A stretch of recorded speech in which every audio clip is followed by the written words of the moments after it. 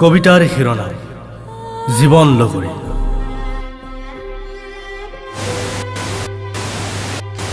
কবি জিন্টুমণি দাস, আবৃত্তিকাৰ ডিজনিয়ৰ আহমেদ।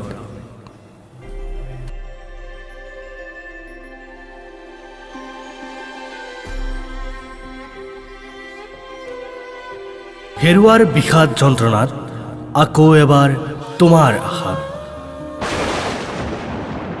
বিভ্ৰান্ত মনটোক বুজাও কিদৰে, তুমি যে নোহোৱা কোনো কালে।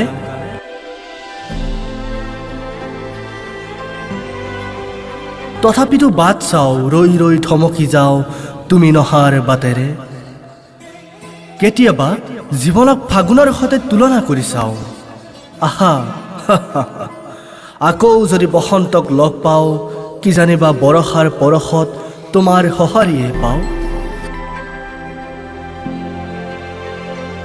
এয়া চোৱা, এয়া মোৰ দুখ বেদনা আৰু কিমান যে তোমাক লৈ ভাৱনা।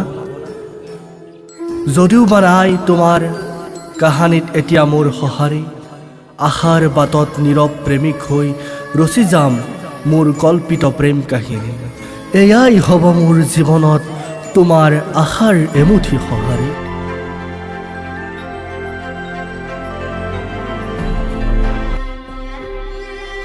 সম্প্ৰীতি বুকুৰ নীৰৱতাখিনিক সামৰি, নীৰৱ সাধক হৈ অনুভূতিখিনিক আঁকোৱালি, নিশব্দ হৈ তোমালৈ লিখিছোঁ মোৰ জীৱন নামৰ নাটকখনত তোমাৰ চৰিত্ৰটি। আকৌ এবাৰ বিচাৰি হ'বানে তুমি মোৰ জীৱন লগৰী, হ'বানে তুমি মোৰ জীৱন লগৰী, জীৱন লগৰী, জীৱন লগৰী।